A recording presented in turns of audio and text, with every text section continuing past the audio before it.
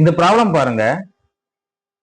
In an examination, a student scores 3 marks for every correct answer and loses 1 mark for every wrong answer. If he answers 80 questions in all, gets 160 marks. Find the number of questions he answered wrongly. ஒரு தேர்வர் ஒவ்வொரு சரியான விடைக்கும் 3 மதிப்பெண் பெறுகிறார். தவறான விடையளித்தால் 1 மதிப்பெண் இழக்கிறார். 80 வினாக்களுக்கு விடையளிக்க தேர்வர் 160 மதிப்பெண் பெறுகிறார் எனில் அவர் தவறாக விடையளித்த வினாக்களின் எண்ணிக்கை என்ன அப்படின்னு கேக்குறாங்க. இப்ப பாருங்க, ஒரு எக்ஸாம்ல வந்து சரியான கொஸ்டினும் இருக்கு, தவறான கொஸ்டினும் இருக்கு. சரியான கொஸ்டினை நம்ம எக்ஸ்ன்னு எடுத்துக்கலாமா? தவறான கொஸ்டினா ஒய்ன்னு எடுத்துக்கலாம். இப்போ இந்த எக்ஸையும் ஒய்யையும் நம்ம கூட்டணும் அப்படின்னா நம்மளுக்கு 80 கிடைக்கும். Total number of question 80. So நம்ம அப்படி எடுத்திருக்கோம்.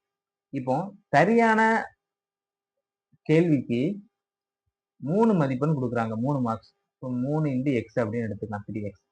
தவறான கேள்விக்கு 1 மதிப்பெண்ணை குறைக்கிறாங்க, அப்போ -y. இப்போ இதோடைய மொத்த மதிப்பெண் கூட்டணும் அப்படின்னா 160. அதாவது 80 கொஸ்டின் அட்டன் பண்ணி 160 மார்க் வந்து எடுத்திருக்காரு அவரு. இது ஒரு ஈக்குவேஷனா ஃபார்ம் பண்ணலாமா? x + y = 80.